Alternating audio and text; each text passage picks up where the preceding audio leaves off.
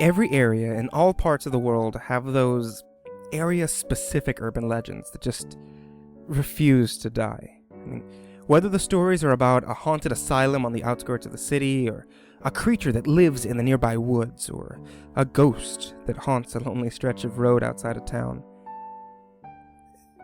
there's always a common thread within the tales.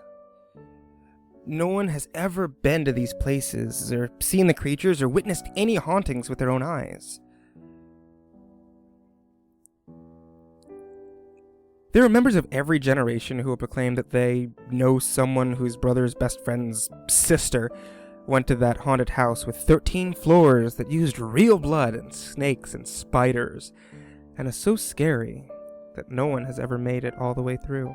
Those same people will swear by these stories without ever being able to provide a shred of evidence or a name of someone who could provide proof of those claims, simply because everybody around here knows that it's a true story.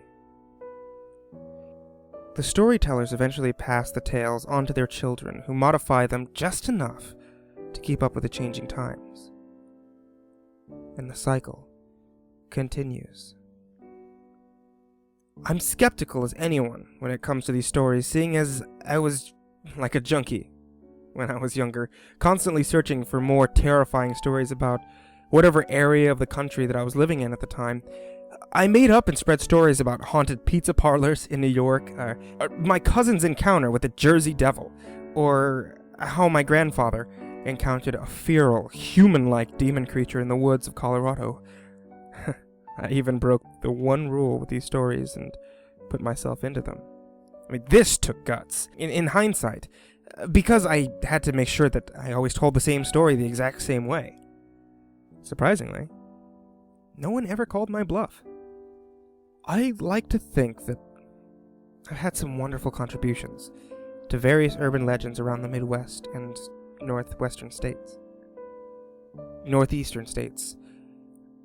I moved around a lot. There was always a surge of joy whenever I would wander the halls of the school and hear one of my classmates retelling my stories to another one of their friends, adding little bits here and there like a massive game of telephone.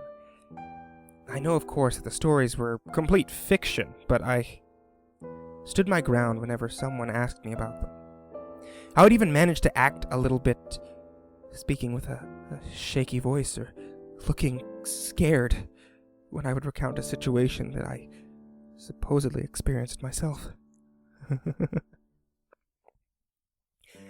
I suppose this aspect of my childhood has led to my current predicament, which I will recount in full, for the internet to take from it as they will. I've laid this introduction out as sort of a disclaimer, aimed partially at those who will call my story into question. I've been like the boy who cried wolf for years, but I assure you with every ounce of honesty and integrity that this time the wolf is real. From my introduction, it's probably apparent that I moved around the country quite a bit in my middle and high school years. Now, neither of my parents had anything to do with the branches of the armed forces. They simply didn't tend to hang around any given place for too long. I suppose it had some sort of effect on me, but I wasn't hurt by it, or anything of the sort. Growing up, I was a complete ham. I made friends very easily, and was very often the class clown, and because of that, was often disliked by my teachers. Again, this was never an issue, as I would usually be in another state by the time that the next semester rolled around. And my friendships were often fleeting, as were any positive relationships that I ever had with my teachers. Because of this, the events that followed, my memory of one teacher in particular is probably slightly skewed, but I'll attempt to give the least biased version of our friendship that I can. Mr. Maize was one of my social studies teachers in the early years of my high school experience. Being older now, I can understand how horrible children are to deal with around that age, and I respect him to no end for the way that he was able to connect with his students. He seemed like one of us. He talked like us, made pop culture references that were current, listened to cool music, and sometimes he would even say hell or damn while he was giving a passionate lecture about Native American history or something like that. And a teacher that swore, even a little bit, was the epitome of cool. My memories of Mr. Maize mostly stem from the way that he really got into anything that he was doing. The instance that's still very vivid in my mind was, of course, around Halloween of my sophomore year. Mr. Maize had the typical teacher decorations around the classroom. Smiling jack-o'-lanterns and black cat cartoons, and typical and boring in the minds of egotistical high school students. However, on the 31st of October, when most other teachers were rolling their eyes at the fact that teenagers still took dressing up in costumes on Halloween seriously, Mr. Maize took the whole cool teacher thing to a new level. We walked into the classroom and were surprised to find the blinds drawn, sheets over the smaller windows, candles lighting the room, and a single, frowning jack-o'-lantern sitting on a stool in front of the desks. Mr. Maize sat at his desk just watching the students come into the class and take their seats. He didn't have to ask anyone to be quiet because the moment everyone walked in the room, they were either too excited to care about any kind of petty conversations or too confused to bother with them. The students took their seats as Mr. Maize began his lecture. He spoke quietly to set the mood and took a seat in a chair right next to the jack-o'-lantern in the center of the room. "Today is probably my favorite day of the year, class," he said in a monotonous voice. "Halloween is my favorite holiday, and I want to share with you exactly why I love it so much." One girl raised her hand with a concerned look on her face. "I'm pushing the due date of your papers to next Tuesday," said Mr. Maize without bothering to look at the girl, who slowly put her hand back down, looking around at the other students, with a hint of embarrassment. The class erupted into quiet cheers, and Mr. Maize waited for the inevitable silence. He began his story immediately after the class had calmed down. I will attempt to recreate the amazing story that Mr. Maize told the class that day. The way in which he told the story rendered the horror junkie speechless, and the rest of the class terrified. The same girl that had her hand raised to ask about the paper was holding her knees to her chest by the end of it, a look of terror on her face. The important thing to know was what the story was about. The specifics slip my mind now and aren't really too relevant. I'll try to recount the parts of the story that matter the most, but don't hold me to it. Basically, Mr. Maize and his friends set out on a road trip around the country after graduating from college. They took a truck, loaded it with camping gear, and set out to sightsee for the entire summer. The group went from New Jersey down the coasts of Florida, New Orleans to California, up to Washington, and from there they went to the Rocky Mountains in Colorado, and then back home to New York. Now, this concept of freedom to travel anywhere had the entire class hooked in an instant, and Mr. Maize was the coolest teacher ever in my eyes. Being adventurous college kids, the group didn't bring a map. There were no time constraints, so they just kind of drove in the general direction that they wanted to go, and eventually found a town to stay in or someplace that looked interesting. He told us that after spending a week in Colorado, he and his friends had to travel through miles and miles of corn, plains, and more corn. Well, he assumed that they would be in either Nebraska or Kansas when they decided to pool their cash and stay in a hotel for the night. They settled into a motel in some town that Mr. Maize could barely remember the name of, when one of his friends realized that they were somewhere near his grandfather's farm. He wasn't entirely sure where it was, but being adventurous college kids, they decided to get a quick refund from the motel and try to contact their friend's grandpa. They were unable to get a hold of the grandpa on the phone, so The group figured that it would be fun to just show up. I mean, Mr. Maze's friend was adamant that his grandpa would take them in and feed them without any moment of hesitation. So the group set out with an hour of sunlight, seeking the salvation of a comfortable house to stay in. In Kansas, or Nebraska, wherever it was that they were, there aren't a whole lot of natural markers that could guide a lost traveler. I mean, any directions given to someone who didn't live in the area are basically amount to go up the road a mile to the corn, take a right, and go down the dirt road to the other corn, and there should be some wheat on your right. So, as in the case in most scary stories, the group got lost.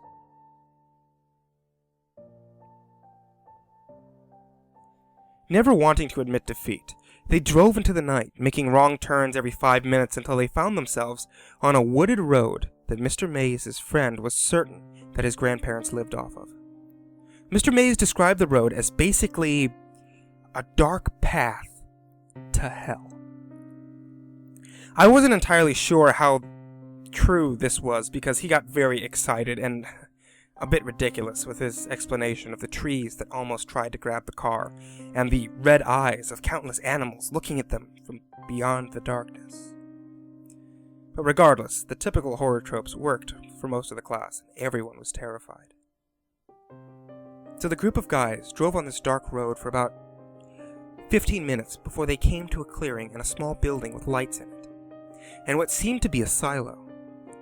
Well, they figured that at the very least, the people who lived here would be able to help them find where the guy's grandparents lived.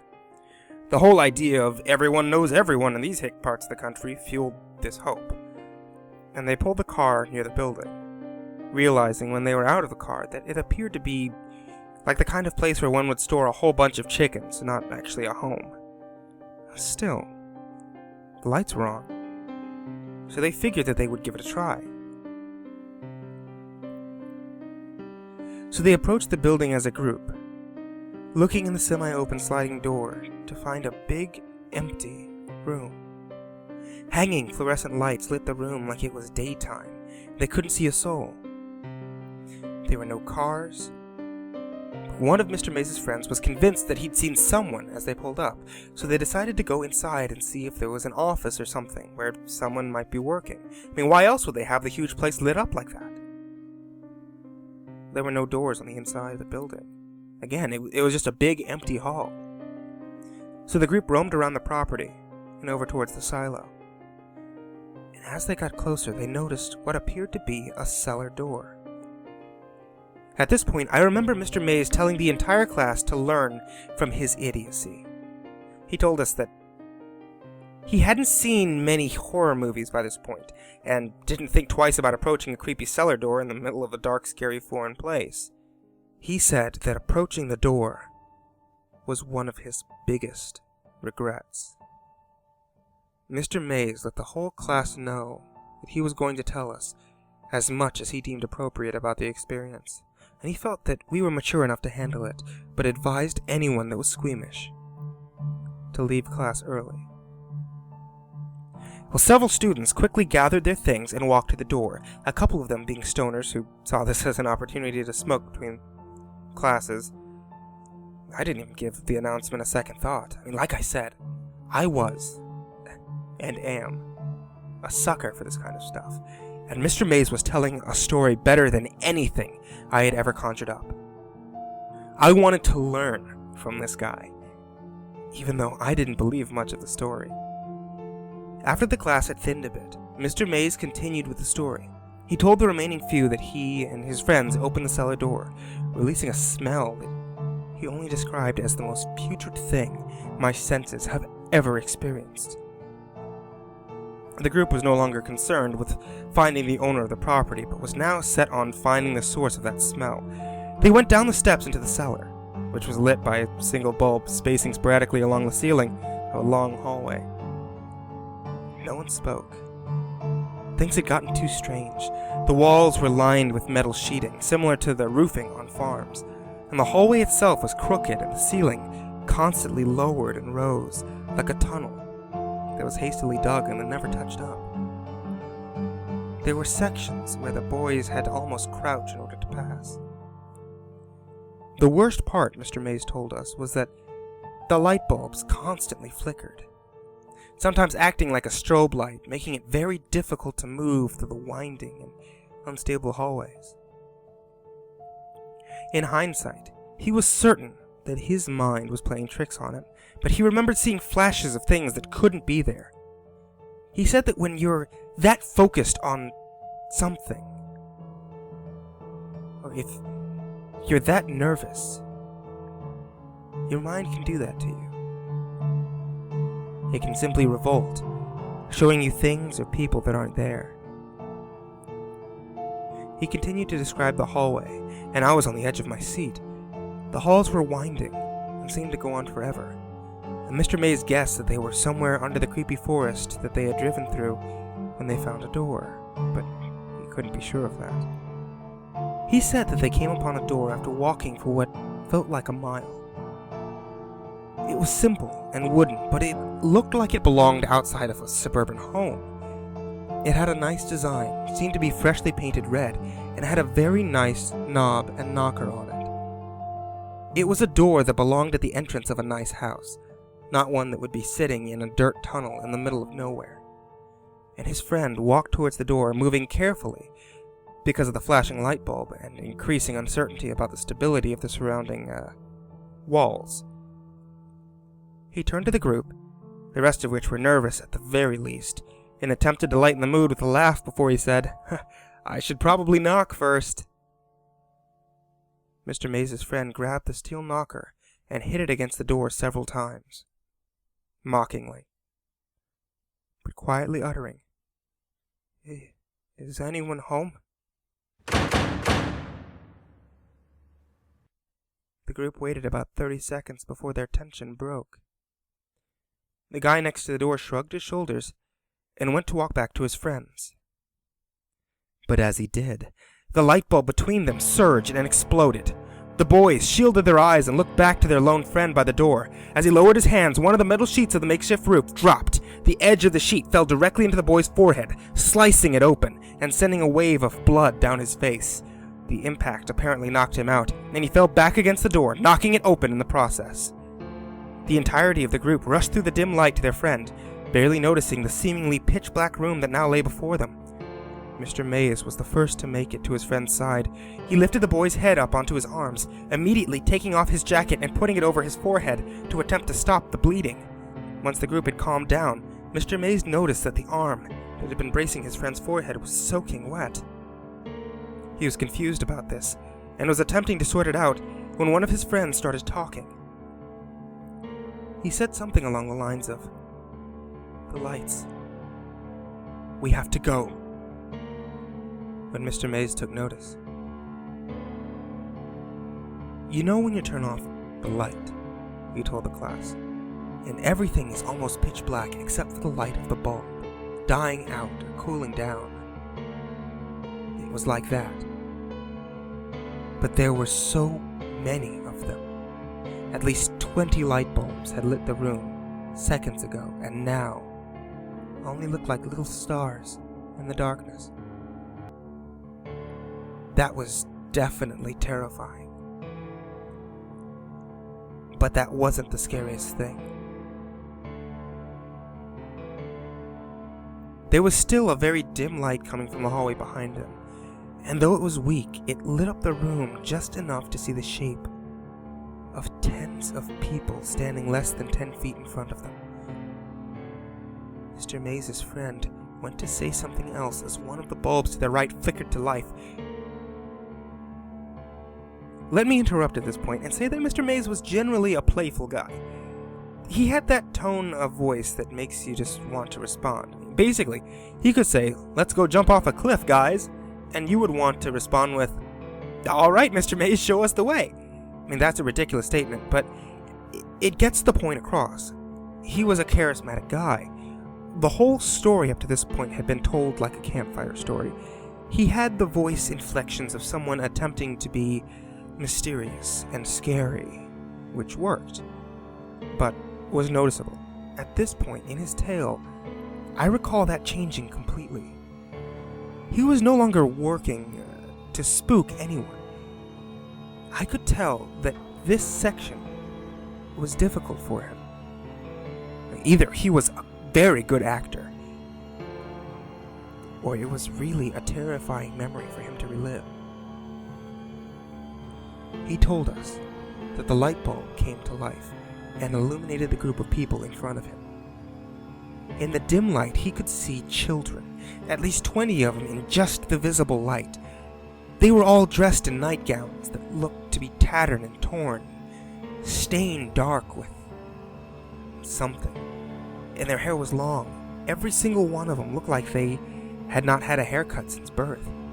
Some of the children were almost completely obscured by the length of it. Every single one of them didn't appear to have had a shower or a nice bath in their entire life. Mr. Maize told us the most terrifying part of the whole thing was that none of the children were moving. They were all standing, staring, most of them only visible from the faint light reflecting off of their eyes. And his whole group was paralyzed with fear for several seconds when they heard what sounded like an animal in the distance yelping. The way it was described was like the sound of a dog crying multiplied by 10. Now this spurred the group to life just as the children began to step forward. His friends grabbed the injured one and lifted him out of the room and into the hallway in an instant. Mr. Maize took another second to move and had difficulty finding his bearings. He reached to his left in an attempt to find a wall to lean against and ended up finding a handle and then pulled hard, never losing his vision of the children. He bolted for the door right as he noticed what he was grabbing onto. A shower head protruded from a cement wall, reaching maybe a foot into the room. There was something leaking from it, but it was too dim to tell what it was. He realized it had been leaking onto him, but he didn't care.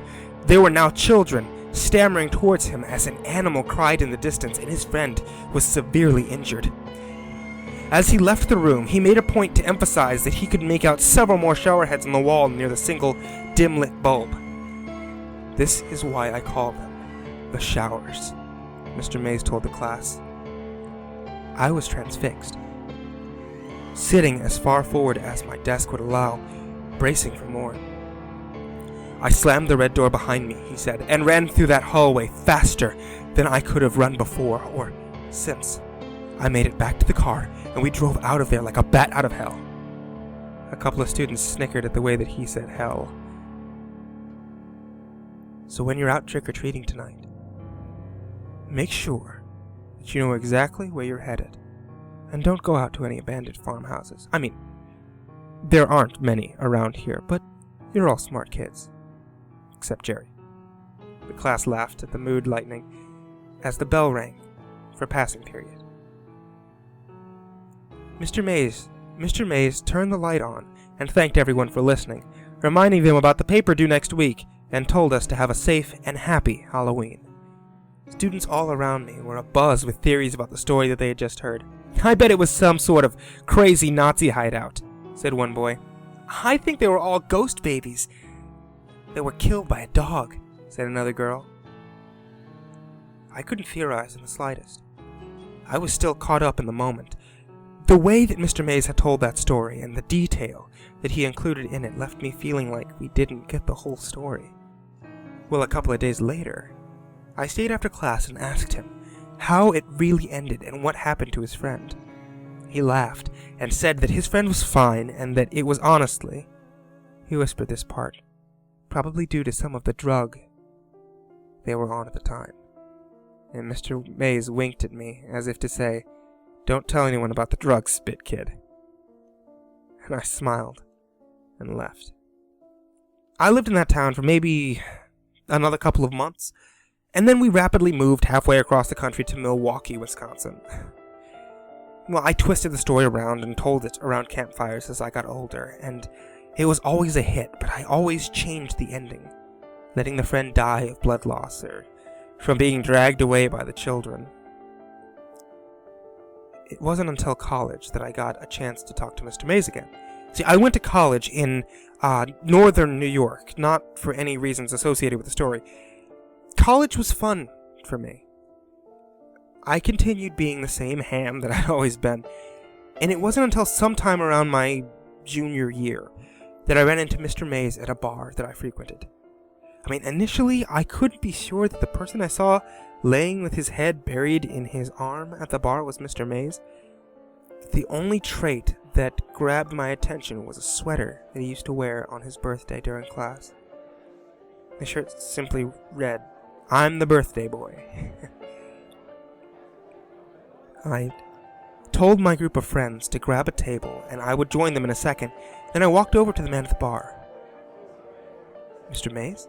I said, and the man looked up. The man took a second to look at my face before he smiled and put a hand on my shoulder and said, "Hey there, son. How have you been?" I could smell strong whiskey on his breath, and his cheeks were flushed. The look in his eyes told me that he was 3 sheets in the wind and probably had no idea who I was. "Mr. Maize, it's Jack. I was a student of yours for a couple semesters about 6 or so years ago." His face changed a bit, and a genuine look of recognition set in. He took a calmer tone, smiled, and said, "How have you been, Jack?" We talked for a solid 20 minutes, and I told him what I'd been doing for the last several years, and he told me. Apparently he was still teaching at the same school during the same old shtick, as he called it. And I asked if everything was alright, and he said that they were as good as they'd ever been, we were ever going to get. It took me a while to realize that I was an adult that was having a conversation with another adult. And every time that I had spoken to Mr. Maize previously, I had been in the student-teacher relationship. But now, I was just a guy having a drink with a friend at the bar. My friends eventually left, and I continued to drink with Mr. Maize. He told me all about his divorce and his kids. Things that I never would have asked or cared about previously, but now, I cared. He was a real person to me, not just an idol anymore. This was a guy who had real problems, not the infallible teacher that I once thought he was. It had been several hours before I even brought up his story about the showers. And I told him all about my history with urban legends and scary stories, and he just laughed. When I mentioned the story that he had told us years ago, he almost seemed uncomfortable. He finished his whiskey and signaled for another, and then turned to me and got very serious. "Listen, Jack, I don't know why I kept telling that story year after year." His words were slurred, or my hearing was messed up. We were both significantly blitzed at this point. "That was what my therapist told me to do when I was younger. I had to tell it to people, to come to grips with it, or some shit." He took a big swig of his drink. Wait, your therapist?" I said. Mr. Maize laughed heartily and looked at me. "Of course, Jack, you think that something like that wouldn't fuck a person up?" I was confused, but smiled nonetheless. Things had gotten very strange, but I mean, very strange. "But, you said you were all on drugs or something, right? I mean, no one was too terribly hurt. You were all okay, right?" He almost got cartoonish with his sadness in the next several seconds. "Of course we didn't, Jack. Why do you think I'm here right now?" I was puzzled, quickly filled with thousands of questions that I wanted to ask him, but I just let him carry on. Tim fucking he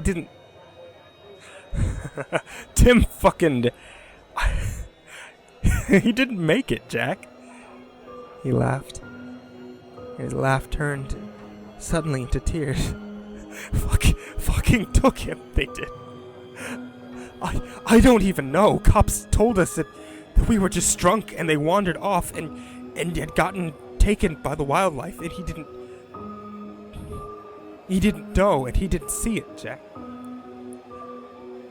I was absolutely stone-faced at this point. Mr. Mays was just carrying on like I knew the actual story, but I didn't. His friend disappeared. I didn't know. I wish they'd have found the body, though. Then we could have shown them. That's a bad place, Jack. I don't know anything else to say. It's a bad place. He carried on for a couple of minutes more about his friend and the fun that they had before they went on the trip, and I let him talk. It was only a few minutes later that his phone rang. Hello? Oh, sweetheart. He whispered into the phone. Yeah, I'll be out in a second. I'll love you, baby. The person on the other end of the phone hung up, and Mr. Mays got up to leave. It's been nice seeing you, Jackie. You've got a good head on your shoulders, boy. Make sure that you use it. He began to walk out of the bar. Mr. Mace! I yelled after him. Yeah, Jack? He turned back towards me. Where did you say that all the shower business took place? Where? Hell, didn't I mention it? It was somewhere outside of Broken Bow, Nebraska. Fucking hell on earth, if you ask me. Mr. Mays walked out of the bar after waving to me. He was the last time that I would see him. I'd never be able to tell him the impact that he had on my life, or rather, the impact that his story had on me. He'd never know about the trip we took after graduation, almost mimicking the one that he and his friends had made. He would never know that the things he saw at that place were real. Why? Well, he died about a month later. His liver failed on him. I mean, it's all right though, because his family was with him in the hospital room. He got to die around people that cared about him, and that's all I can ask for from a man like that. I experienced that place too. Several years later. That's where my story turns. The following is the story of how I came to find the showers, and why I will never ever go anywhere near Nebraska, and why I will never go anywhere near Nebraska ever again. I'll finish the story when I'm sober. The memory is clear enough.